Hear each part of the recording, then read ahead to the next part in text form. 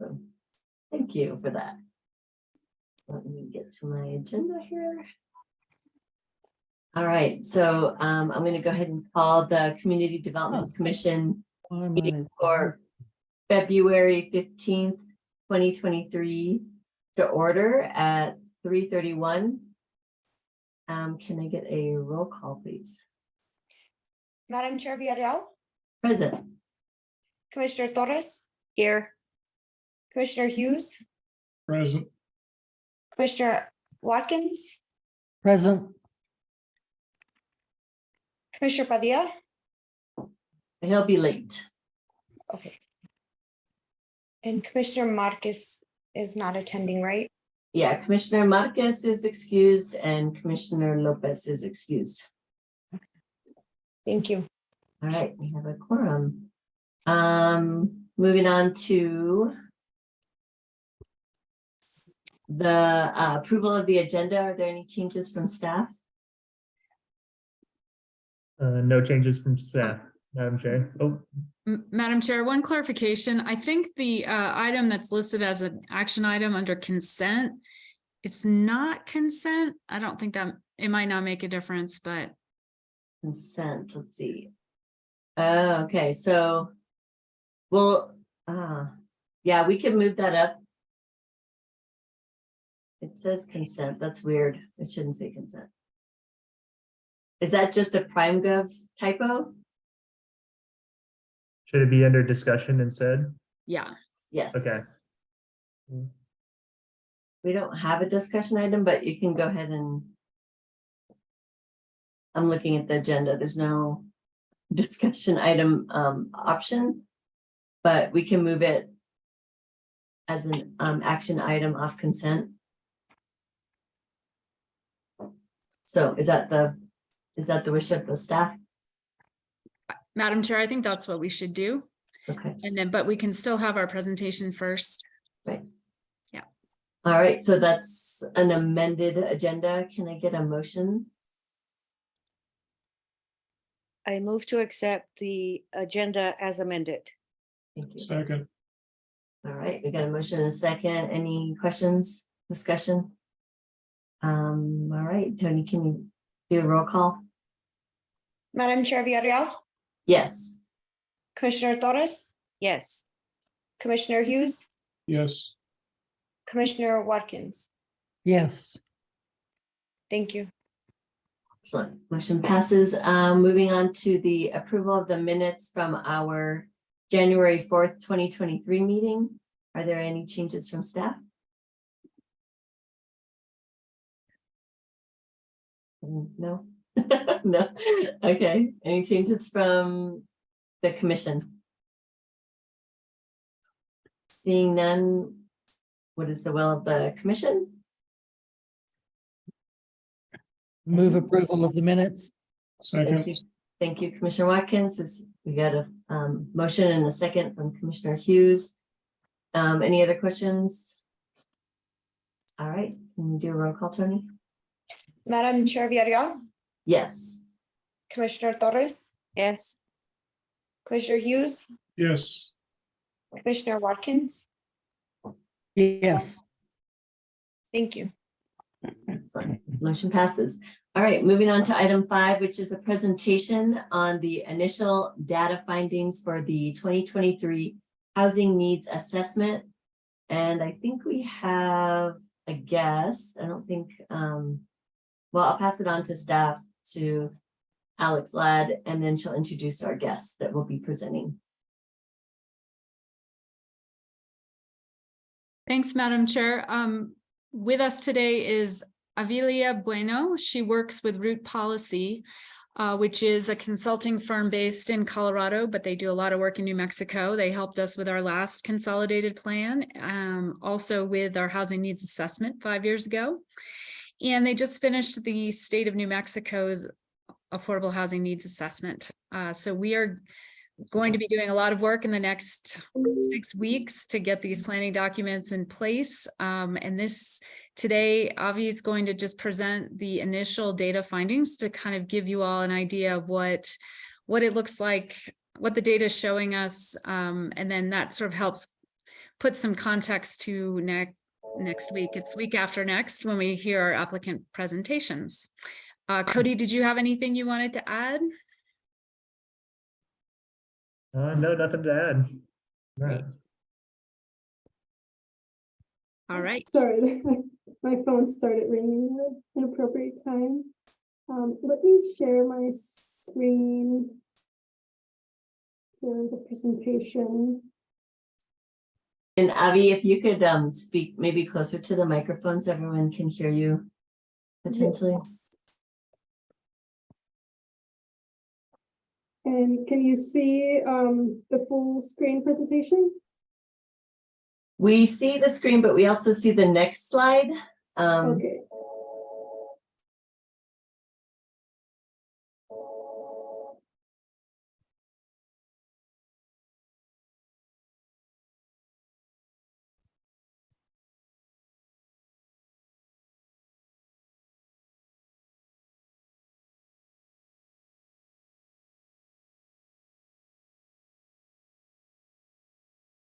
Ah, Beautiful.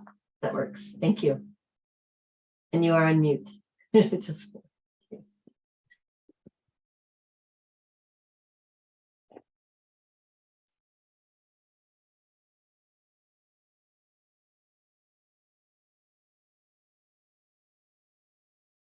Sorry, I'll do it again. So I don't have to hold the space bar for the entire presentation. There we go. Can everybody hear me? Yep. Could you speak up a little, Avilia? Yes, can everybody hear me now? Okay, I'll try to speak louder. Thank you, Alex, for the introduction. Myself and our managing partner, Heidi Aguilar, are managing this project. She was not able to attend the presentation today. She got stuck in the snowstorm up in the mountains, where she had another meeting to attend. So I'll be walking you through the preliminary data findings. We're working, as Alex said, on the consolidated plan and also on the housing strategic plan.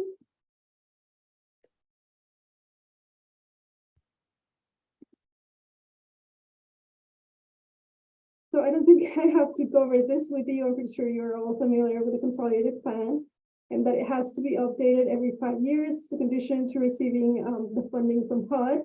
We expect the plan to be available for public comment on April 10th. So we're working hard towards meeting that deadline and having everything ready to go to public comment by then. So the purpose of this presentation is to provide a data update of the market analysis and the needs assessment sections of the plan. And this data would also be used to feed the analysis of the housing strategic plan. And also we'll take a minute to give you an update on the community engagement process for this project. And please feel free to stop me if you need me to repeat something or if you have any questions. So moving on to the preliminary data update, we'll start with some basic population and income trends. We can see that population between 2015 and 2021 increased by a bit. In the city, households grew a lot more. They grew by 19%, 35% in population, which means that we're getting either a higher rate of household formation or smaller households or both. We see that a lot of the growth was concentrated among owner households. The number of renter households basically stayed flat between this time period. Median household income increased by 13% between 2015 and 2021, and this was mostly driven by increase in median renter income, which grew 33%. And we'll dig a little bit more into some of the trends in median renter income and what's driving that large increase. We see that median home value, median rent, according to ACF data, increased by 29% and 28% respectively. So although it looks like median renter income kept up with increase in housing costs, it's good to know that this median home value and median rent are ACS data, which means that people are getting asked what they're currently paying, not what rents or home prices are out there in the market, which is a lot higher. We can see here price and affordability trends for owners and renters. What this charts show is, according to Zillow data, the typical Zillow home value, according to the Zillow home value index, is over 500,000 now. And if we compare that with the maximum affordable price at the median owner income, that is way higher than what median owner income could afford, assuming that they're paying no more than 30% of income on housing costs. So we can see that affordability at the median owner income, the dotted line, reached this peak in 2021 when interest rates reached the lowest point. And now that interest rates are coming up, affordability is rapidly decreasing. We would expect home prices to start softening as well, given the rise in interest rates, but we haven't seen it that much, at least not in the data yet. We expect that to come later on. But what this is telling us is that there's enough demand in the city, either from out-of-state residents or residents willing to pay cash that aren't as impacted by mortgage financing, willing to still keep up and keep demanding ownership options. So what we see here is that owners at the median income, if they don't have sufficient equity to pay for that gap in affordability, are not going to be able to move if they want to buy a bigger house, if they have a one family, or if they want to downsize. It's going to be hard in this market. And then when we compare the typical rent according to the Zillow Rent Index, it's closer to 2,000 in Santa Fe, and that's still a gap of about 500 compared to what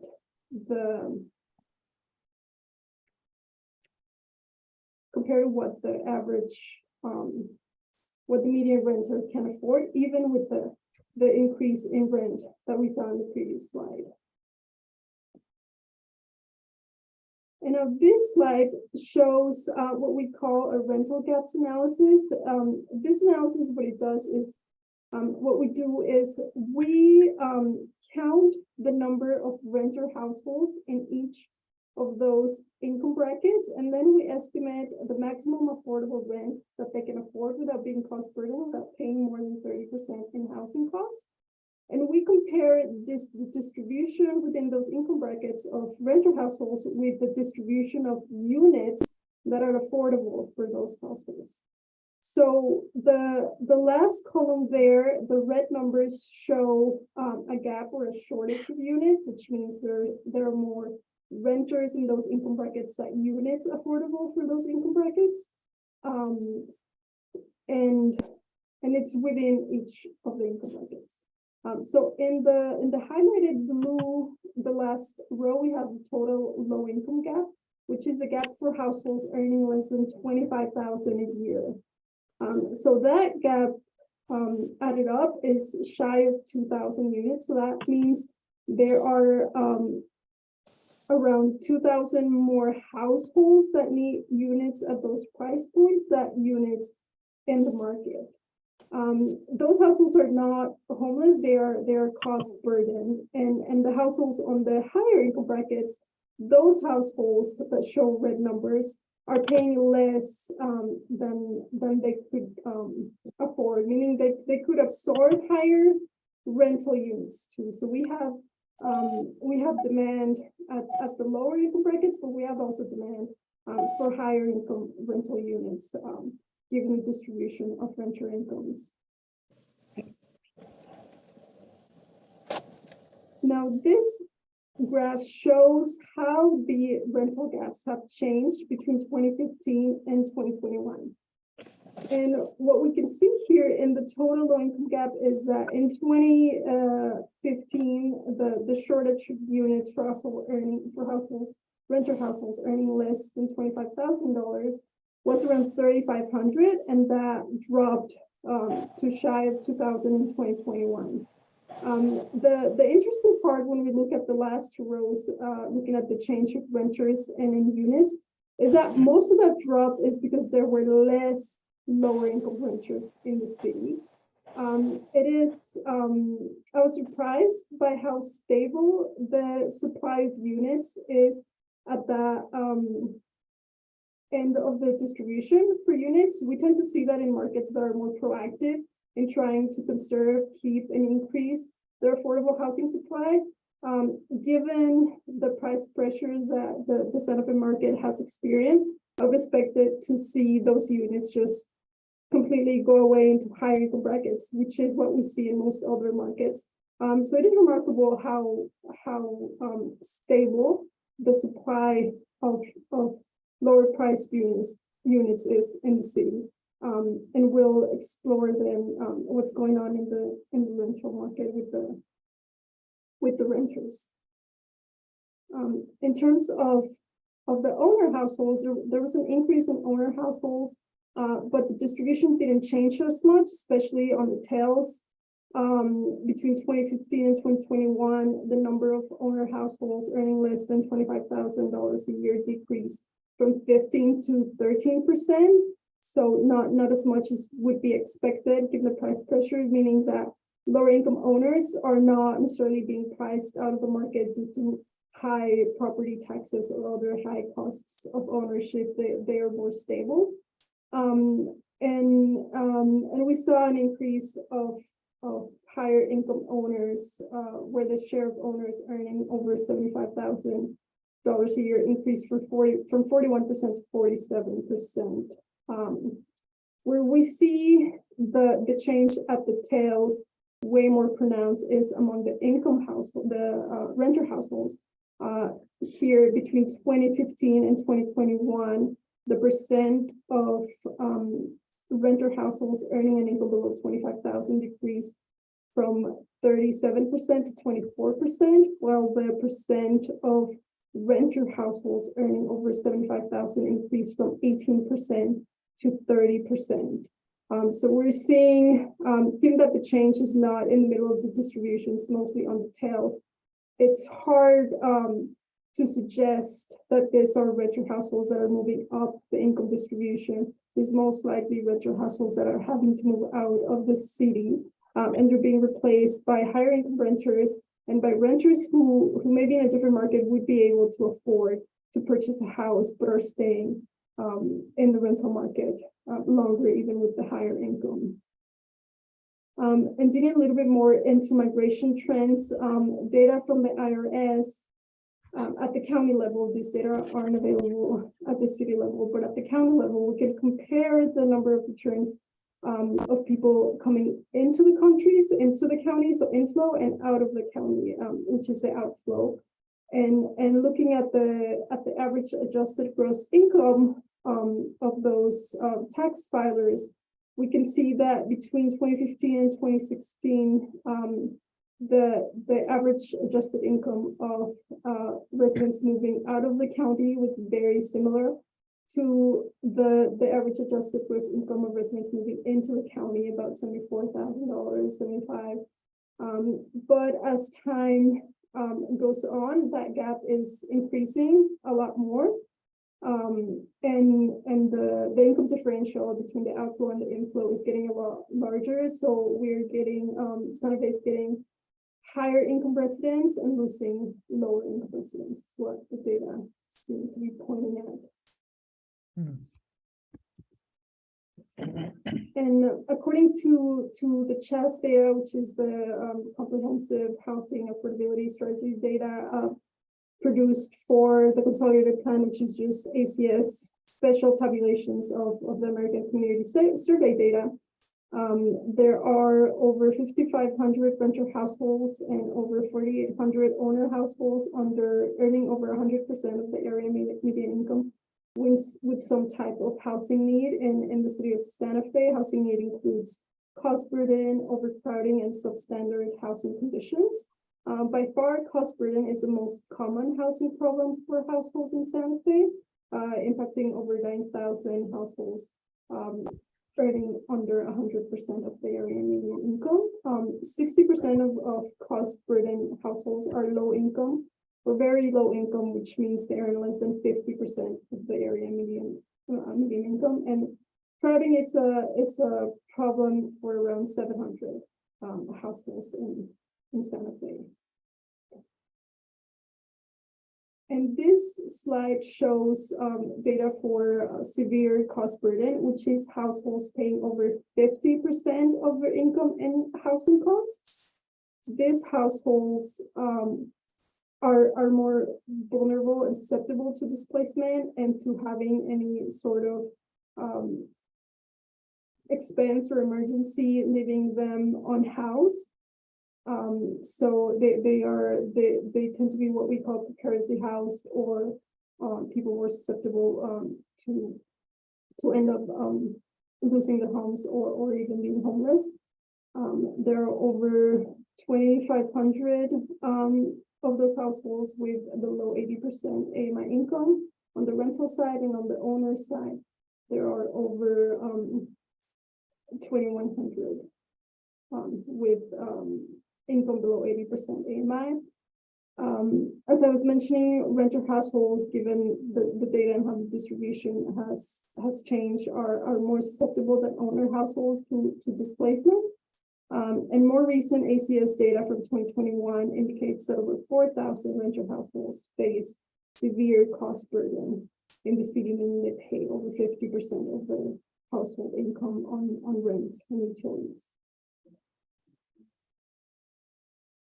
And now in terms of community engagement, we have conducted several focus groups with stakeholders in the community.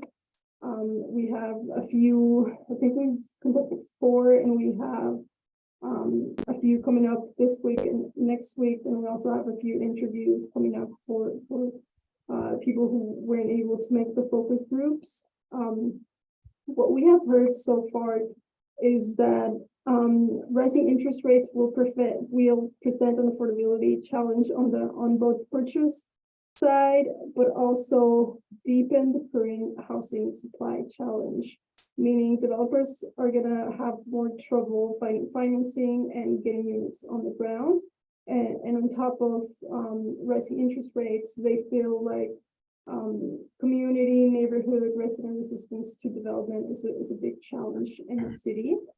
And given those circumstances, they feel that investments in permanent supportive housing and youth homelessness programs are crucial in that supply. Even if developing was easier in the city and interest rates were lower, there's a big shortage of units. It's going to take a while for supply to catch up. So they feel that investments in services are crucial right now. Particular supportive services which are needed to prevent residents with supportive needs from getting addicted, specifically due to behavioral health or substance abuse issues. They mentioned that once people lose their housing, it's a lot harder to get them rehoused due to multiple factors, but also because affordable projects have long wait lists. And low rental vacancy rates lowers the success rate of housing vouchers, meaning that the landlords are less likely to take those vouchers, given that they can get higher rents in the market. They also mentioned that funds are needed for long-term operating costs of affordable projects and also supportive services. And they also mentioned that they see the city having an increased need of shared housing options, meaning more group homes, more multi-bedroom housings that could potentially be converted into family units. You're seeing that with smaller households, elder households with fixed incomes, trying to get them into a unit is becoming really difficult. So they see a potential solution, trying to find someone a room rather than a whole unit. In terms of homelessness, according to the 2022 point in time, which is the latest for which data are available, there were 58 unsheltered homeless individuals counted in the county. This is likely an undercount in terms of homeless needs. In 2021, there were 79 individuals individuals counted during the point in time in the county. There were another 239 persons in emergency shelters and 35 residing in transitional housing and 310 in permanent supportive housing. Talking with stakeholders, they estimate that the current need based on shelter utilization and the use of permanent supportive housing, there's between 200 and 300 homeless individuals currently in the city that need housing. We also heard from stakeholders that the service providers, people that work to help these people get housed and receive services, are also cost burden. Some are even at risk of losing their house or having to move out of the city, and that they also need affordable housing given their current wages. And providers are also seeing a rise in elders experiencing homelessness or at least risk of homelessness, living in their cars, staying with other people, things like that. In terms of upcoming resident engagement, we will have a resident survey available through MetroQuest that we are working to get live in the coming weeks. It'd be a more interactive survey to help us gather more input from residents on the consolidated plan and housing strategy. And we are also planning resident focus groups during the 1st, 2nd, and 3rd of March. Right now we have tentatively on our calendars around 5 focus groups with residents planned during those dates, and they will be focused on residents from low income and other special needs populations to inform the consolidated plan. And that is the update I have for today. Any questions? Thank you, Avilia. I think if you want to maybe take off the presentation for now, so then I can see everybody. And thank you for the presentation. Lots of data there. My volume's all the way up and it's still really hard to hear you. And part of it, I think, is like your mic's not working, but I'm just guessing. So I don't know. I don't know if that was maybe just me, but are there any questions from the commission based on the data and information presented to us? Can raise your hand or, okay. Commissioner Torres.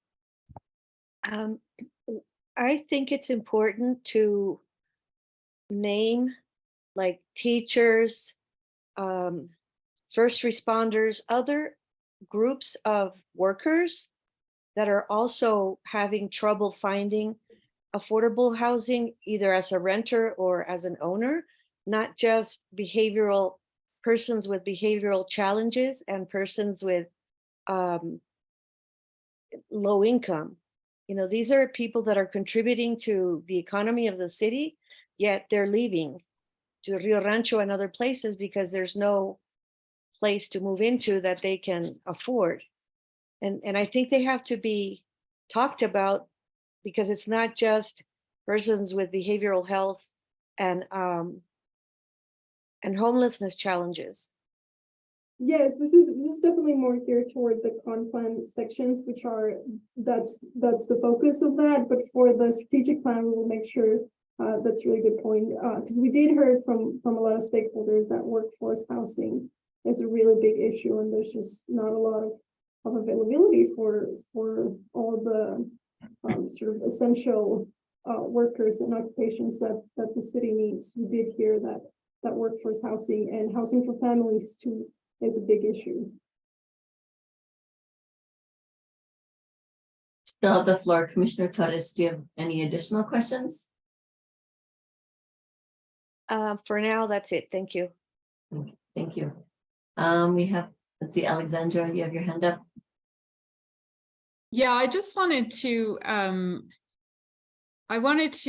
ask Avi about one of the comments you made, looking at the inventory of rental housing, and you said something about the more affordable range was holding steady or was more stable than you would have expected in such a kind of volatile market. And I think the reason that that is showing that way is because of all of the work that the city's done, all of our partners have done, all of the developers have done to bring in subsidy to this community to build housing that is affordable over a long period of time. Like, I think that's one of the best ways that we can stabilize rents and ensure that our inventory, to your point, stays stable, is really focusing on those subsidized projects. Because what I hear from the community is, why don't you make market rate developers do rent restricted units? And it just, honestly, it just doesn't work as well as when we do a project that is intended to have a very long-term rent restriction. It's just a much easier, more effective tool to get to that same place. Yes, without a doubt, you wouldn't have this supply if you didn't have big investments in affordable units. And a lot of other markets, specifically examples that come to mind is a lot of communities in Texas. They are just losing that supply within a year or two. So the fact that you still have that supply, it's definitely due to proactive investments by the city in order to hold on to it. It would not be there if it wasn't for that. Can I follow up with that just to get clarity? You said the numbers are low in the limited income range. But is that because those folks are no longer part of the numbers we're counting as demand because they've already moved or have already been displaced? Yes, so the displacement is not because the units moved to higher brackets and are no longer available. It's more that the units are still there and they are occupied by households that need them. But the ones that are unable to get into those units are leaving the market. Right. And then So, yeah, so I Okay. think that's a good takeaway, right? Which is that our work is not done. We need to keep adding more of those units to the market because they work really well and we don't have enough of them. Mhm. I think the other piece, the question on that same rental gap analysis, it seems like the higher income bracket, like the 100K rental demand, that says that there's a demand for that income level too, that they would be able to then drop down into the lower rental stock that So falls right under a now- lower bracket. Yes, right now they are occupying units that would be better priced for lower income households. That is the case if they were able to move into ownership or higher priced units. Those units would be available. So that's another sort of point for why affordable ownership is also important, because it relieves some of the pressure from the rental market. In terms of higher priced rental units, those could potentially help. It's not clear that those households are going to pay more if they don't have to. Maybe they are happy with how much they are paying, and you can't force someone to move and pay more. It has to be by their own choice. So I think a better strategy to relieve some of that pressure would be more affordable options for ownership among those households in order for them to leave the rental market and move into the ownership market. I guess what I'm getting at is that those higher income brackets, it showed that they had that the supply wasn't there either, but what happens is they end up jumping down into another bracket, and they have the ability to put down deposits and put down first and last rent requirements. So it is kind of an easier flow for them to get where they need to be versus that middle range that shows, I don't have it in front of me, but the middle range shows that we actually have the supply. Yeah, but they are And- competing with the upper Right. range that has the gap as well. Yes. Thank you. Any other questions from commissioners or staff?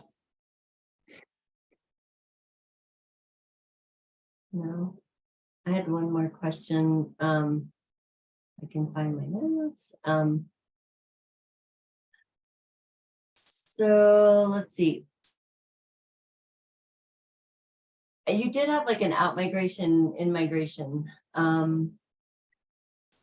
I guess I'm just wanting more data around that. And you said this was Santa Fe County data.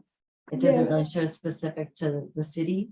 Yes, that is county level data because the IRS does not produce those statistics at the city level because they're very careful about trying not to share any unit that would make anyone identifiable to your tax records. So it basically shows people filing taxes the year prior to the year after if they change county, where they moved to and where they went. So looking at the households that moved into the county versus the households that are moving out into the county, we saw that in 2015, 2016, households moving in and out had more or less the same income. But then as time has gone by, and more recently, that income spread has really taken off where higher income households are the ones moving in and lower and middle income households are the ones moving out of the county. So it does show some support for saying that it's not that this renter households are just making more money and moving up the income distribution, but that they are actually leaving the city and being replaced with higher income households. That's what the data show looking at the average income from those two groups of tax filers. Is that why also on the slide that says population and income trends, for the renter households, it shows that pretty close same number and it says 0% change. But I Yeah, was assuming there that was because of the out migration and so it was net zero, like we had folks moving in and folks moving out. Is that why it's 0% change? No, it just means that most of the growth came from more owners in the county, either moving in. It just overall the number of renters didn't change that much. When we look at the income distribution, we see that this is more likely due to lower income renters leaving the county and being replaced with higher income renters moving into the county. Whereas owners, long-term owners, even if they're low income, are more likely to be able to stay in the county and the city. You also talked about the households growing. Does that mean there's more or a larger number of household members in one household? It means that there's a lower number of household members. in one Lower household. number. Yes, because the population grew significantly less as a percent change than the number of households. So that means we're probably getting smaller households or more older households that are more likely to live alone or things like that. Does that mean like less kids? Yes, that could mean less kids. Yeah, those are all trends that will be further explored in the housing strategy where we look at the distribution by age and the household formation rate by age as well. Thank you. And then last, I was just curious about the community engagement piece. You said that you were reaching out to stakeholders in the community to hold focus groups. And I was curious if that's folks that we fund currently. Like what makes up the stakeholder group that you're reaching out to? We worked with the city to come up with a list of stakeholders that they that would be willing to participate, and it was broad. It included service providers, affordable housing builders, just builders in general, and advocates. And we invited a broad range of sort of housing people that are interested in housing in the community. And then we're trying to meet with them either through focus groups or through interviews one-on-one if they can't attend the focus groups. So yeah, some of them are people that receive funds, but others are just like housing advocates and people that care about housing in the community. And Alex, is that drawing from some of our grantee partners that get some of the funds through Affordable Housing Trust Fund and CDBG or? Yes, Madam Chair, what we did was we set up 3 different groups of stakeholders that were all oriented slightly differently. So industry groups, provider groups, and more of the advocacy, fair housing, renters' rights groups. So they'll do focus groups and one-on-one interviews, but then we also have several providers helping to do some in-person groups with residents. So we have a couple of residents groups. We have, I believe, LifeLink's going to help us with some folks with disabilities. And I'm totally drawing, and we're going to get a group of young people too. So those will be much more hands-on. Come have a burrito, hang out, play a game, tell us what your thoughts are about all of this stuff. But the industry groups, that's much more of like a Zoom kind of, let's talk about needs and gaps and shortfalls in systems and stuff like that. Thank you. And then last question about the Zillow. I noticed you use Zillow data at the beginning. Is that the best source of data? I feel like Zillow, I've heard, is not very accurate, that it's usually low end. It doesn't show kind of the high end prices. On my experience, it tends to be more on the high end. So I always use it to balance out the ACS data, which is definitely on the low end. But absent sort of assessor data, we will be diving into Home Mortgage Disclosure Act data, which will tell you the prices of properties but using mortgages. So we'll get other estimates on home prices on that. And for rent, I will dive into other local sources, see if you have a rental market or a rental association data on that. So you balance it out with other data, not just the Zillow. Yes. Okay, great. Thank you. Those are all the questions I have. Are there any other comments or questions from commissioners before we move on to the next item? Commissioner Torres. The only question is about language access. Are we ensuring that non-English speakers are able to participate as well in this, or maybe lower educational levels, or is any of that taken into consideration? So for the survey, we will have that available in Spanish as well. And I think we have other city and staff members going through the survey, making sure that just a regular person would be able to understand what we are trying to say. For the focus group, yeah, we make sure all the conversations are accessible, and all of the focus groups will be available in Spanish as well, for anyone that may not speak English. Other than that, I don't think we have gotten any requests from any different language or any other accessibility requests, but we will plan on accommodating those as well.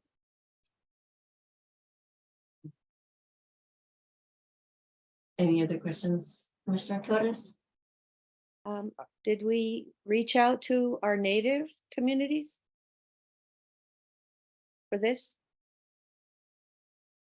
On the advocacy group, I believe I saw some stakeholders associated with the Native community. I will double check if they haven't gone back to me to make sure I extend the invitation and invite them for survey participation.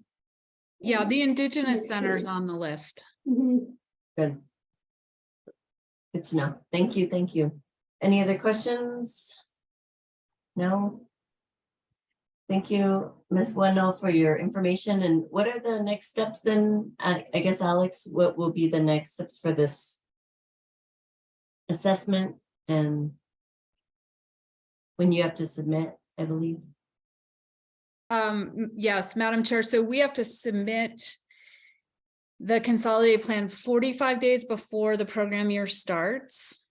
We may have a little wiggle room there because if HUD doesn't announce our grant allocation, we have 60 days from that moment to submit the plan. So that's nice. We don't really know. But we're planning on, I think the council meeting where that would be the public hearing is May 10th, I believe is the date. I'm sorry, I should look at a map. We'll do all the committee meetings prior to that. The CDC will look at the final draft of the plan at its April meeting. And then we'll be kind of refining some of the analysis, working on the narrative, assembling the data from the survey, and then just trying to collect comments when they come in and incorporating those. So I think you all have been through this enough times. It's always a work in progress until we hit the submit button. So we try to keep it kind of a little bit pliable as we get comments from folks, we can add them in. And then it's also, as you all also know this, it's very rigid. Like there's no adding a section or not answering a section. So sometimes we're not working with the most creative document, but it is, there is going to be some really great data in there. So Cody has been working pretty closely with our, what do they call that group, Cody? The outreach, the communications group that meets once a week.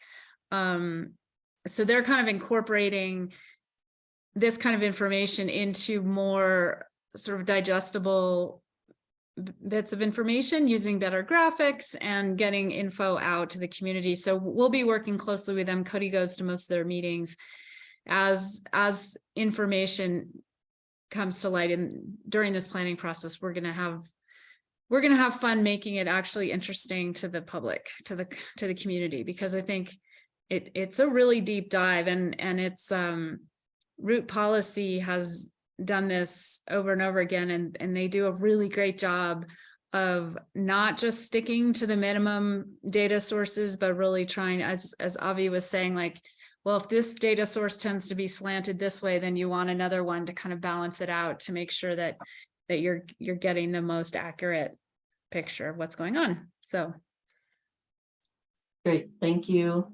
Thanks for the work on this, and I guess we'll see it again soon in the next couple months. Thank you, Avilia, for joining us. Thank you. Nice meeting you all. thanks, Avi. All right, so we're moving on to our next item is the request for the approval of Amendment 2 to the Affordable Housing Trust Fund Professional Services Agreement in the total amount of $200,000 for the Via Consuelo Apartments, and I will hand it over to Cody Minnick for more details. Thank you, Madam Chair and Commissioners. So we received this request from the Civic Housing Authority really late Thursday, so we weren't able to get to an agreement to see if this was an eligible request until Friday morning. So I apologize for not having the actual amendment prepared. But we did have them submit this. They submitted the memo on Monday, and that's what I circulated to you all earlier. Pretty much to sum it all up, they originally got a trust fund award of $200,000 to, I believe, repair the walls of Via Consuelo from fire damage, but they had to do all those repairs before their agreement was executed.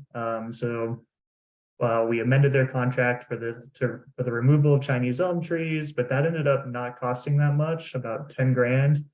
And they were also able to use the same funds for solar panels, but that required approval from their limited partners. And I guess that would take up to 6 months, according to this memo.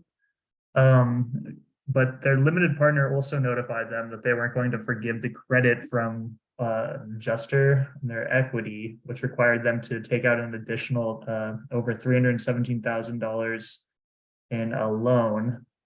So they requested, since financing is an eligible trust fund activity, they requested just having this $200,000 put towards that financing so they wouldn't have to incur further debts.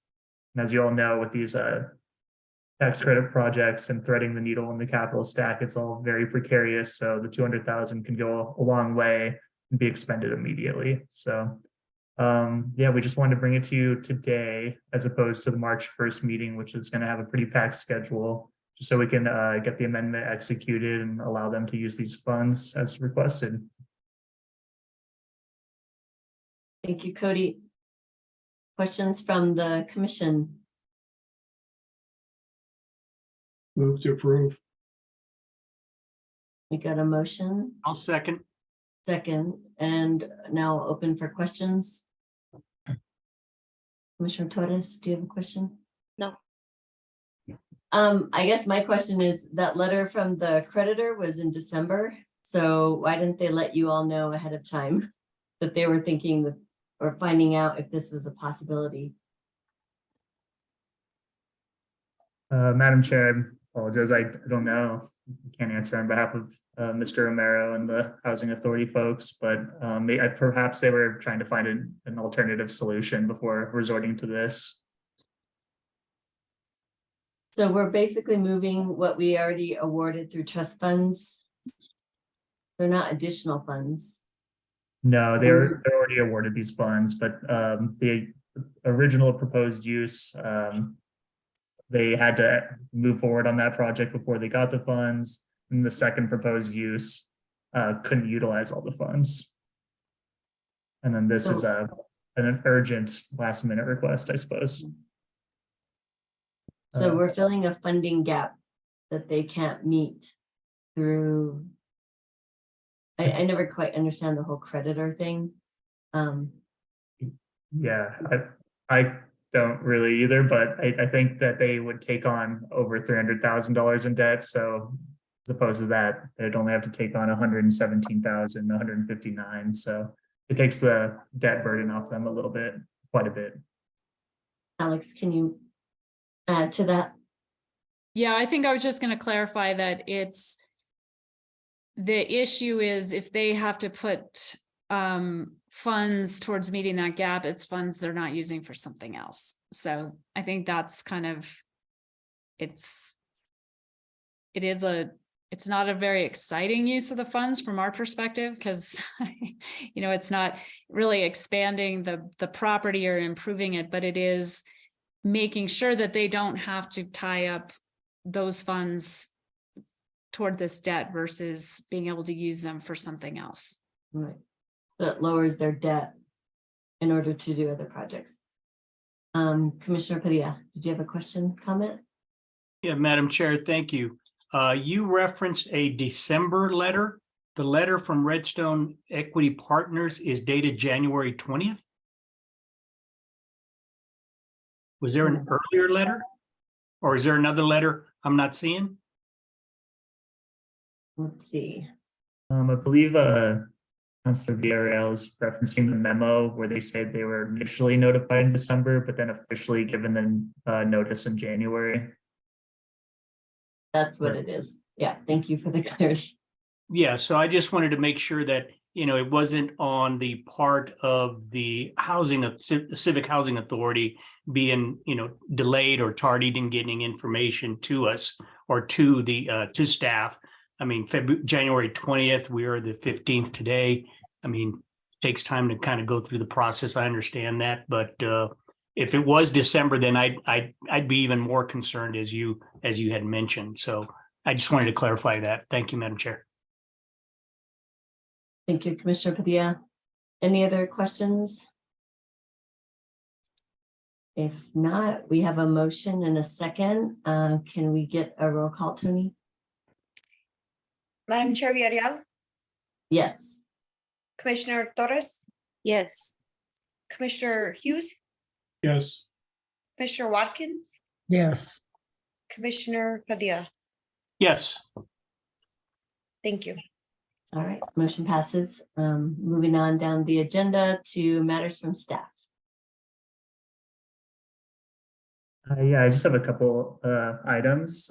Just a reminder that on March 1st, we'll have our all-day meeting and our request for applications for the trust fund and CDBG closes on Friday at 5.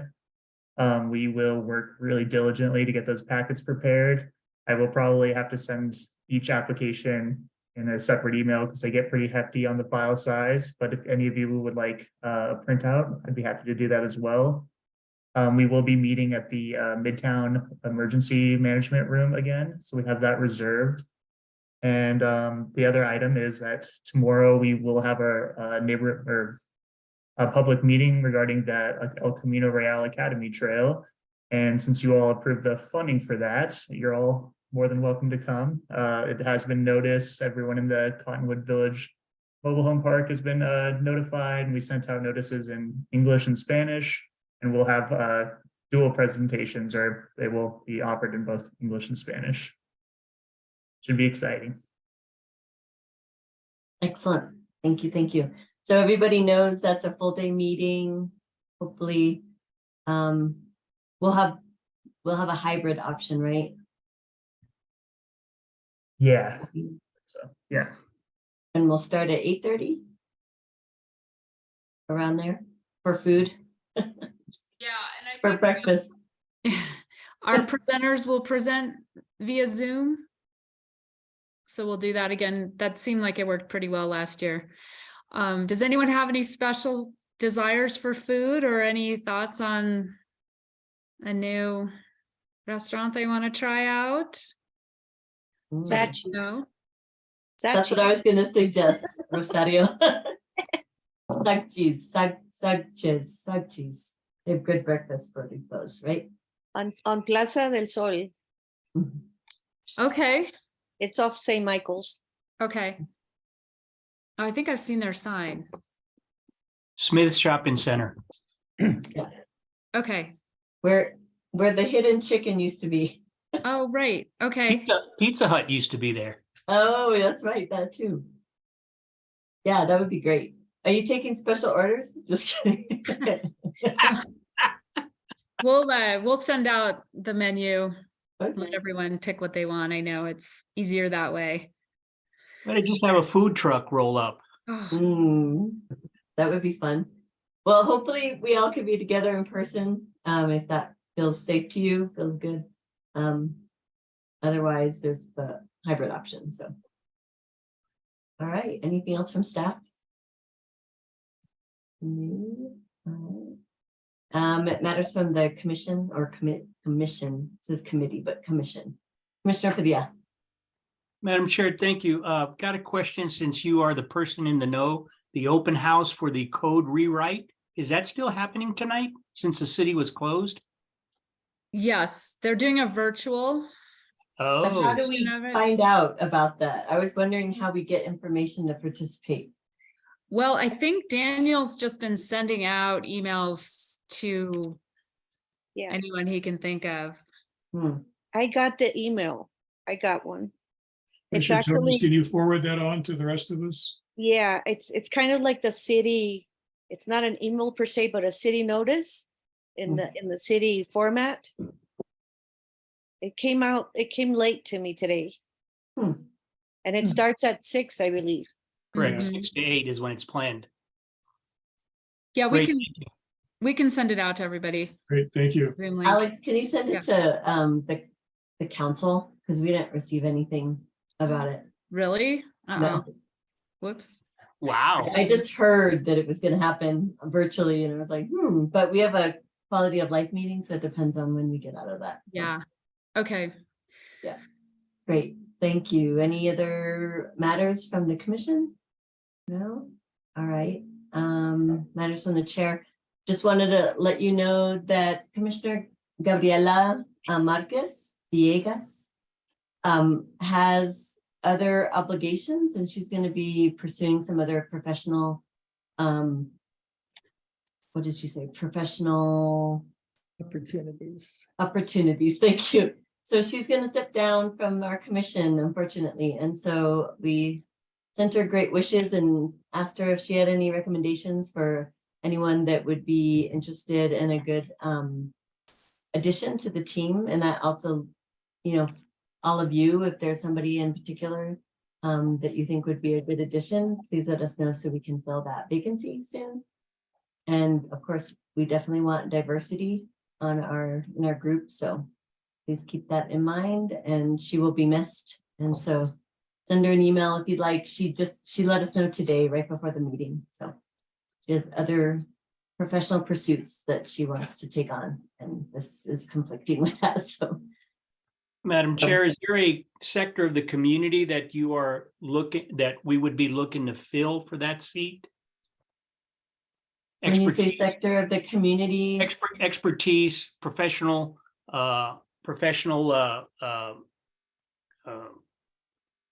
business type, et cetera?